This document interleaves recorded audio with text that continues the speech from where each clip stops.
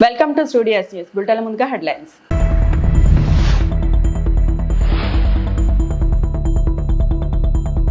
ప్రచండ్లో రాష్ట్రపతి ద్రౌపది ముర్ము గగన విహారం.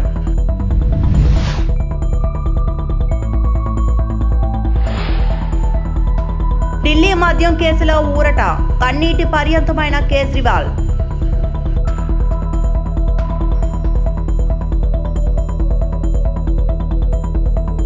బీఆర్ఎస్ ఓటమిని నా మెడలో వేయొద్దు కవిత. రాష్ట్రపతి ద్రౌపది ముర్ము శుక్రవారం రాజస్థాన్లో పర్యటించారు. జైసల్మేర్లోని ఎయిర్ ఫోర్స్ స్టేషన్ను ఆమె సందర్శించారు. ఈ సందర్భంగా స్వదేశీ పరిజ్ఞానంతో రూపొందించిన తేలికపాటి యుద్ధ హెలికాప్టర్ ప్రచండ్లో ప్రయాణించారు. ఫ్లయింగ్ సూట్ ధరించిన ఆమె 25 నిమిషాల పాటు కో పైలట్ గా వ్యవహరించారు.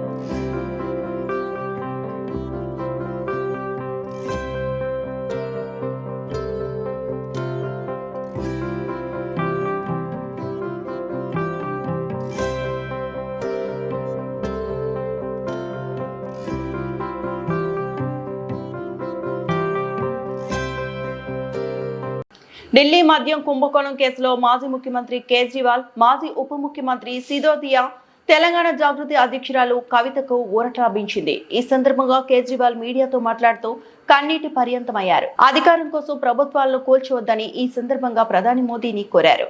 सारे आरोप खारिज कर दिए और जितने भी एक्यूज्ड थे सबको डिस्चार्ज कर दिया। हम हमेशा कहते थे सत्य की जीत होती है, हमें भारतीय न्याय प्रणाली पे भरोसा है। मैं जज साहब का बहुत बहुत शुक्रिया अदा करता हूँ जिन्होंने हमारे साथ न्याय किया, सत्य की जीत हुई। मैं हमेशा कहता था कि भगवान हमारे साथ है। मोदी जी ने और अमित शाह जी ने मिल के आज़ाद भारत का सबसे बड़ा राजनीतिक षड्यंत्र रचा। आम आदमी पार्टी को खत्म करने के लिए आम आदमी पार्टी के सबसे बड़े 5 नेताओं को जेल में डाल दिया गया। यहाँ तक कि सिटिंग चीफ मिनिस्टर, जो आज तक भारत के इतिहास में कभी नहीं हुआ, सिटिंग चीफ मिनिस्टर को उसके घर से घसीट कर जेल में डाला गया और 6 महीने तक जेल में रखा गया। हमारे उप मुख्यमंत्री मनीष सिसोदिया जी, उनको लगभग 2 साल तक जेल में रखा गया। पूरा का पूरा फर्जी केस था। हमारे ऊपर कीचड़ फेंका गया। 24 घंटे टीवी चैनलों के ऊपर डिबेट चलते थे, खबरें दिखाई जाती थी केजरीवाल भ्रष्ट है, केजरीवाल भ्रष्ट है। केजरीवाल हो रहा है यार, तुम कहां हिलाओ मत भाई, हो गया सर, हिलाओ मत भाई, संभालिए सर, अपने आप संभालिए सर, हिम्मत सर, हिलाओ मत भाई। केजरीवाल भ्रष्ट नहीं है। मैंने केवल अपनी जिंदगी में ईमानदारी कमाई है। इन्होंने झूठा केस लगाया और आज ये साबित हो गया। कोर्ट ने कहा है कि केजरीवाल कट्टर ईमानदार है, मनीष सिसोदिया कट्टर ईमानदार है, आम आदमी पार्टी कट्टर ईमानदार है। मैं प्रधानमंत्री जी से कहना चाहता हूँ, सत्ता के लिए इस तरह से खिलवाड़ मत कीजिए देश के साथ, इस तरह से संविधान के साथ खिलवाड़ मत कीजिए। आपको सत्ता चाहिए, अच्छे काम कीजिए। आज देश के सामने इतनी बड़ी बड़ी समस्याएं हैं, महंगाई है, बेरोजगारी है, पूरे देश में सड़कें टूटी पड़ी है, चारों तरफ पोल्यूशन ही पोल्यूशन हो रहा है, चारों तरफ देश में इतनी समस्याएं हैं। उन समस्याओं का समाधान करके सत्ता में आइए ना। केजरीवाल पे, आम आदमी पार्टी पे झूठे केस क्यों करते हैं? अच्छा काम करके सत्ता में आइए। इस तरह के झूठे केस करना और 24 घंटे विरोधियों के, विपक्षियों के खिलाफ ऊट पटांग की केस करना, उनको जेल में डालना, ये एक प्रधानमंत्री को शोभा नहीं देता। इससे देश आगे नहीं बढ़ेगा। देश आगे तब बढ़ेगा जब जनता की समस्याओं బీఆర్ఎస్ ఓటమిని తన మెడలో వేయాలని చూడటం సబబు కాదని తెలంగాణ జాగృతి అధ్యక్షురాలు కవిత అన్నారు. ఢిల్లీ మద్యం కేసులో కోర్టు తీర్పుపై కేటీఆర్ చేసిన ట్వీట్ కు కవిత స్పందించారు.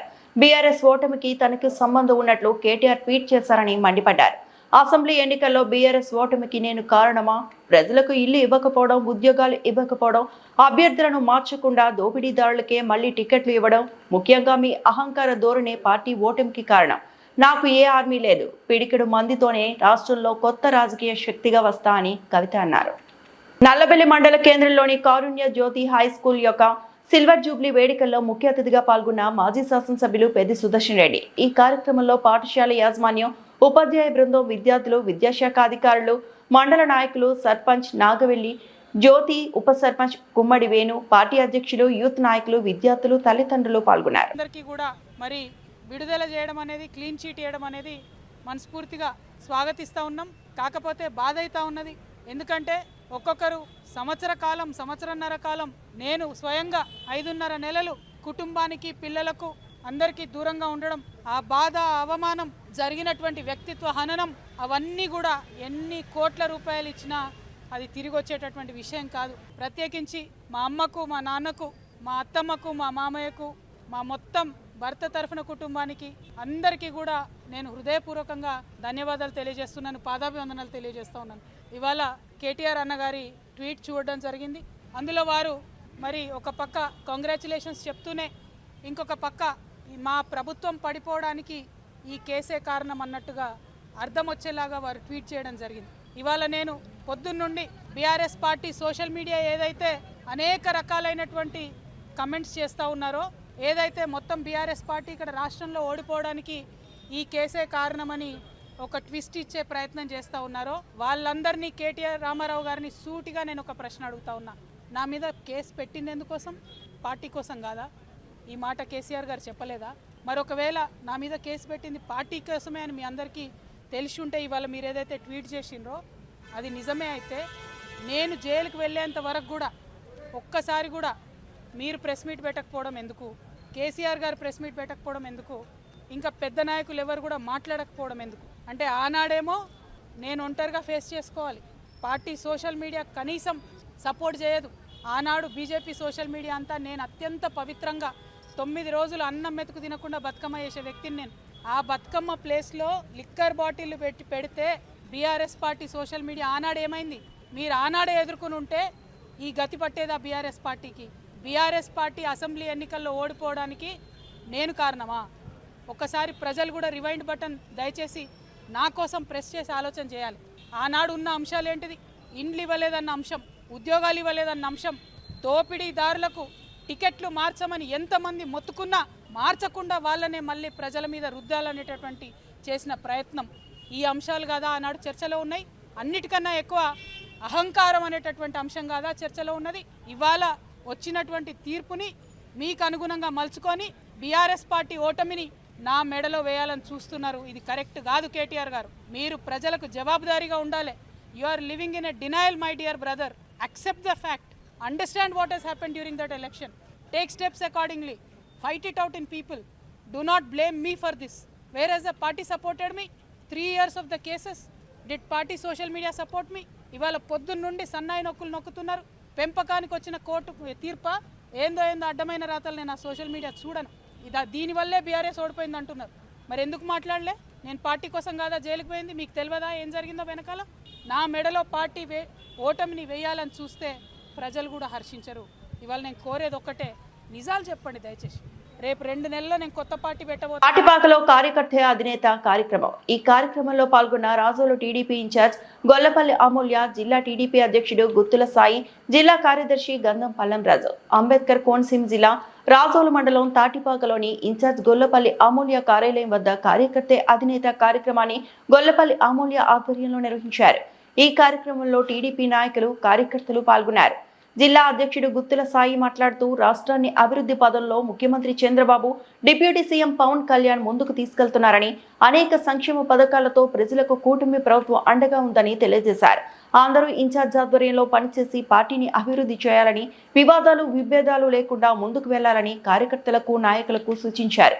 ఎటువంటి సమస్యలు వచ్చినా పరిష్కరించడానికి తాము సిద్ధంగా ఉన్నామని తెలియజేశారు. ఈ కార్యక్రమం అనంతరం ప్రజల నుంచి సమస్యలపై వినతి పత్రాలు స్వీకరించారు. సీఎం సహాయ నిధి నుండి వచ్చిన చెక్కులను లబ్ధిదారులకు పంపిణీ చేశారు. మనం ఏంటి అంటే కమిటెడ్ గా పార్టీ తరఫున ఎన్ని కష్టాలు వచ్చినా ఒకటిగా నిలబడి కష్టపడాలి. మన నియోజకవర్గమే కాదు పై స్థాయిలో కూడా మనం ఎప్పుడు కూడా అనుకుంటాం కదా, టీడీపీ నెంబర్ 1 నుంచి వచ్చింది అనడానికి మన నిదర్శనమే మనకు తెలుసు సాయి గారు.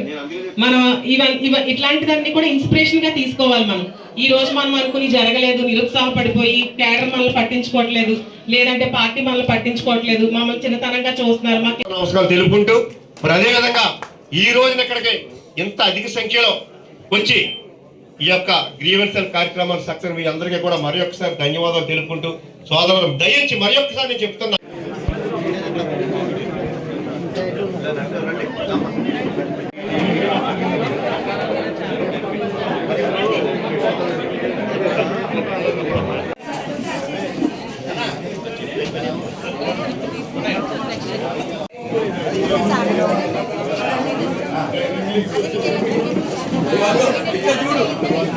అమ్మ చెక్కులు ఇచ్చిన వాళ్ళందరూ తీసుకున్నాను మళ్ళీ చెప్తా ఒక్క నిమిషం ఇక్కడే మేడం మీరు ఇక్కడ ఫోటో ఇక్కడ చూడండి. చెక్కులు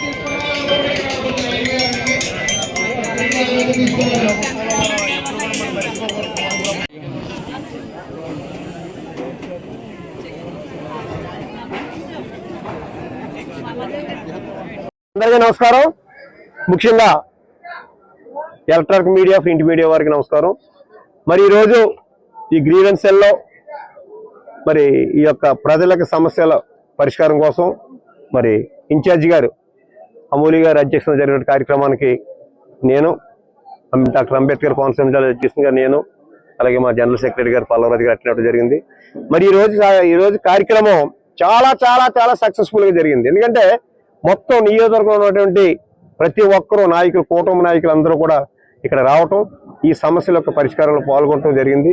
మరి అదేవిధంగా ఇందులో భాగంగా మరి 42 చెక్కులు 26 లక్షల రూపాయలు ఈవేళ ఈ యొక్క సీఎం రిలీఫ్ ఫండ్ అందజేయడం జరిగింది. ముఖ్యంగా వికలాంగులకి ఒకటే వాళ్ళని చెప్పేది, ఈ కూటమి ప్రభుత్వం వచ్చిన తర్వాత ప్రజలు ఏ విధంగా ఆదుకోవాలి, ప్రజలు ఏ విధంగా చేయాలనేది ఈ కూటమి ప్రభుత్వం చేస్తుంది.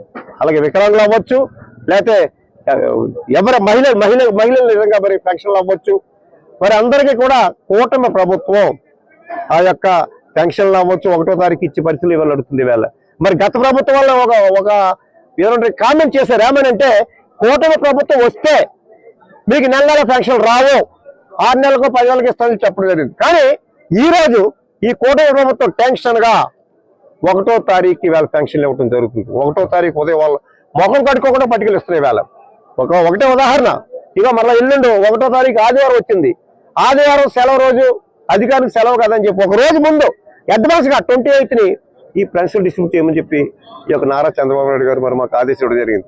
మరి ఇంత ఇదిగా ఈ కూటమి ప్రభుత్వం మనకు చేస్తుంది. మరి అదేవిధంగా డెవలప్మెంట్ అవ్వచ్చు, ఇంకోటి అవ్వచ్చు, ప్రతి విషయంలోనూ కూడా ఈ కూటమి ప్రభుత్వం ముందుకు పోతుంది. అలాగే పవన్ కళ్యాణ్ గారు, మరి నారా చంద్రబాబు నాయుడు గారు, నారా లోకేష్ గారు, అదేవిధంగా మనకి ముఖ్యంగా ఈ యొక్క సెంట్రల్ గవర్నమెంట్ మోడీ గారి సహకారంతో ఈ యొక్క ప్రభుత్వం మరి అన్ని విధాల ఏ విధంగా అయితే మేనిఫెస్టోలు ఇచ్చారో, అదే సూపర్ 6 అవ్వచ్చు, అన్ని కూడా ఇవాళ కేవలం 2 సంవత్సరాల లోపల ఇవన్నీ కూడా కంప్లీట్ చేయడం జరుగుతుంది. ఇంకా 3 సంవత్సరాలు ఉంది. ప్రజలు ఆలోచించాలి ఖచ్చితంగా ఈ 3 సంవత్సరాలు కూడా ప్రజలకు ఏం కావాలన్నీ కూడా ఈ కూటమి ప్రభుత్వం చేస్తుంది. మరి తప్పనిసరిగా ఈ కూటమి ప్రభుత్వం మనం ఆశీర్వదించాలి. అలాగే రాబోయే కాలంలో మన కోసం కాదు, ఇక్కడ మన కోసం కాకపోయినా మన పిల్లల కోసం ఆలోచించాలి. ఇవాళ ఈ కూటమి ప్రభుత్వం వచ్చిన తర్వాత ఈ యొక్క ఇండస్ట్రీ ఎంత డెవలప్మెంట్ చేస్తుందో మీరు చూస్తున్నారు. ఇవాళ రాబోయే కాలం అందరికీ కూడా ప్రతి ఒక్కరికి ఉద్యోగం ఇవ్వాలి అనే దృక్పథంతో ఈవేళ చంద్రబాబు నాయుడు గారు, లోకేష్ గారు కూడా ఈవేళ ఇతర దేశాల నుంచి మనకి పెట్టుబడులు తీసుకొచ్చి ఈ ఇండస్ట్రీ డెవలప్మెంట్ చేయడం జరుగుతుంది. మరి అదేవిధంగా ఈ రోజున ఈ యొక్క కార్యక్రమంలో పాల్గొన్నటువంటి ఈ రాజుల నియోజకవర్గం కూటమి నాయకులకు, అభిమానులకు కార్యకర్తలకు మరి ఒకసారి ధన్యవాదాలు సెలవు. అనంతపురం జిల్లా సింగనమల నియోజకవర్గం బుక్కరాయ సముద్రం మండల కేంద్రంలో పార్టీ కార్యాలయంలో మీడియా సమావేశంలో ఇన్ఛార్జ్ సాకే మురళీకృష్ణ మాట్లాడుతూ పార్టీ కోసం కృషి చేసే పార్టీ కార్యకర్తల యోగ క్షేమాల కోసం పార్టీ అధ్యక్షుడు పవన్ కళ్యాణ్ పెట్టిన ఈ గొప్ప ఉద్యమి సభ్యత్వ నమోదు ప్రతి ఒక్కరూ చేసుకోవాలని, ఈ ప్రక్రియ ప్రతి పంచాయతీలోని ప్రతి గ్రామంలోని పార్టీ బలోపేతం కోసం కృషి చేసే కార్యకర్తల కోసం అనుకోని ప్రమాదం సంభవిస్తే వారి కుటుంబానికి కొండంత అండగా ఉండే విధంగా 5 లక్షల రూపాయల బీమా ఉపయోగపడుతుందని ఆయన అన్నారు. మీడియా నమస్కారం. జనసేన పార్టీ ఉద్యమి సభ్యత్వ నమోదు కార్యక్రమం రాష్ట్ర వ్యాప్తంగా ఒక పండుగలా జరుగుతూ ఉంది. 2019 నుండి ఇప్పటి వరకు 2024 వరకు 13 లక్షల సభ్యత్వాలు రాష్ట్ర వ్యాప్తంగా జరిగినాయి. ఇప్పుడు ఈసారి ఖచ్చితంగా 20 లక్షల నుండి 30 లక్షల సభ్యత్వాలు నమోదు కావాలనే లక్ష్యంతో ఈరోజు రాష్ట్ర వ్యాప్తంగా మా అధినేత పవన్ కళ్యాణ్ గారు ఒక సాధక్ టీంలు అని చెప్పేసి ప్రతి నియోజకవర్గానికి 75 మంది సభ్యుల నుండి 100 మంది సభ్యులను తీసుకొని ఈరోజు ప్రతి గడప ప్రతి పల్లెల్లోనూ ప్రతి గ్రామము పంచాయతీ పరిధిలో ప్రతి పంచాయతీలో కూడా ఈసారి ప్రతి గ్రామంలో కూడా ఈసారి సభ్యత్వాలు నమోదు చేయాలని చెప్పేసి ప్రతి నియోజకవర్గానికి 100 మంది సాధకులను లిస్టు తయారు చేసి పంపించడం జరిగింది. సింగనమల నియోజకవర్గంలో 2019తో 400 సభ్యత్వాలు నమోదయ్యి 2024కి 2000కు పైచులకు సభ్యత్వాలు నమోదు చేస్తాం. ఈసారి 78 మంది సాధక్ లిస్టు కూడా హెడ్ ఆఫీస్కి పంపించడం జరిగింది. మా 78 సాధకులు కూడా ఈరోజు గ్రామాలు తిరిగి సభ్యత్వాలు విస్తృతంగా చేస్తున్నారు. ప్రతి గ్రామంలోనూ గడపకు వెళ్ళి విస్తృతంగా చేస్తున్నారు. మేము ఖచ్చితంగా తెలియజేసేది ఏమంటే ఈసారి సింగనమల నియోజకవర్గంలో 10,000 పైచులకు సభ్యత్వాలు నమోదు చేసి ఈసారి స్థానిక ఎలక్షన్లో సర్పంచులు, ఎంపీటీసీ, జెడ్పీటీసీ ప్రతి పంచాయతీకి 2 వార్డు మెంబర్లు జెండా ఎగిరేసి 2029కి చాలా బలమైన పార్టీగా సింగనమల నియోజకవర్గంలో స్థాపించాలని చెప్పేసి ఈరోజు మా కార్యకర్తలు శ్రమిస్తున్నారు, కష్టపడుతున్నారు. వాళ్లకు ప్రత్యేకంగా నా నుంచి ధన్యవాదాలు తెలియజేస్తున్నా. అసెంబ్లీలో సర్వేపల్లి శాసనసభ్యులు సోమిరెడ్డి చంద్రమోహన్ రెడ్డి మాట్లాడుతూ వైసీపీ చంపేసిన శాఖలకు కూటమి ప్రభుత్వం జీవం పోసింది అని అన్నారు. పూర్వ వైభవం దిశగా వ్యవసాయ, ఇరిగేషన్ శాఖలు వచ్చాయని, అన్నం పెట్టే రైతులంటే లెక్కలేని విధంగా వ్యవహరించారు జగన్ రెడ్డి ప్రభుత్వం అని అన్నారు. రైతులకు ఏ కష్టం వచ్చినా ప్రత్యేక శ్రద్ధతో స్పందించే నాయకుడు మన సీఎం చంద్రబాబు నాయుడు అని అన్నారు. ప్రజల ఆరోగ్యాన్ని దృష్టిలో ఉంచుకొని ప్రకృతి వ్యవసాయంతో పాటు ఉద్యాన పంటల వైపు రైతులను ప్రోత్సహించేలా ప్రభుత్వం ప్రత్యేక చర్యలు తీసుకోవాలని కోరుతున్నామని అన్నారు. గౌరవనీయులు శ్రీ సోమిరెడ్డి చంద్రమోహన్ రెడ్డి గారు. ధన్యవాదాలు అధ్యక్ష.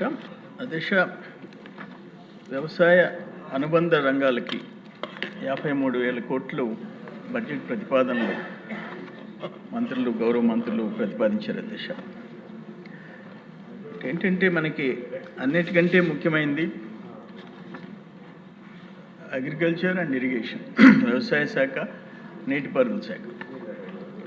లాస్ట్ గవర్నమెంట్లో ఈ 2 శాఖల్ని మూసేశారు అధ్యక్ష. లిటరల్గా వ్యవసాయ శాఖ మూతపడింది అధ్యక్ష. ఎందుకంటే నేను కూడా 17 to 19 2 years అగ్రికల్చర్ మినిస్టర్గా పనిచేశాను. ఎంత లాస్ట్ టైం ముఖ్యమంత్రికి ఎంత నిర్లక్ష్యం అంటే, రైతు అంటే లెక్కలేనితనం అంటే, ఒక్కటి కాదు ఆయన ఆపేసిన స్కీమ్స్. ప్రతి స్కీము అంటే మెకనైజేషన్ అవసరం లేదు. ఆ కడప ఆ ప్రాంతంలో మైక్రో ఇరిగేషన్ అత్యంత ముఖ్యం. మైక్రో ఇరిగేషన్ వాళ్ళకి నీళ్లు తక్కువ, హార్టికల్చర్ ఎక్కువ, తక్కువ నీళ్లతో పంట పండించుకునే దానికి మైక్రో ఇరిగేషన్ ఉపయోగపడుద్ది. హార్టికల్చర్కి అత్యవసరం. అధ్యక్ష 19వ సంవత్సరం అంటే మన గవర్నమెంట్ కంటిన్యూ చేస్తుంది కాబట్టి మనకి 17-18 ఇండియాలో ఫస్ట్ వచ్చాం మైక్రో ఇరిగేషన్. అండ్ క్లోజ్ చేస్తే 2021, 22 క్లోజ్ చేస్తే ఆ పులివెందులకు సంబంధించిన రైతులు వచ్చారు. అప్పుడు కన్నబాబు మంత్రి గారి దగ్గరికి వెళ్ళి ఇదేందయ్యా తెలుగుదేశం గవర్నమెంట్లో అన్లిమిటెడ్గా వైసీపీ లేదు, తెలుగుదేశం లేదు. ఏ రైతు ఆన్లైన్లో అప్లై చేసుకుంటే ఆఫీస్కి పోతే హార్టికల్చర్ మైక్రో ఇరిగేషన్ అన్లిమిటెడ్గా ఇచ్చారు. 90% సబ్సిడీ, 10% కడితే చాలు. మీరు వచ్చేసి ఆపేశారు.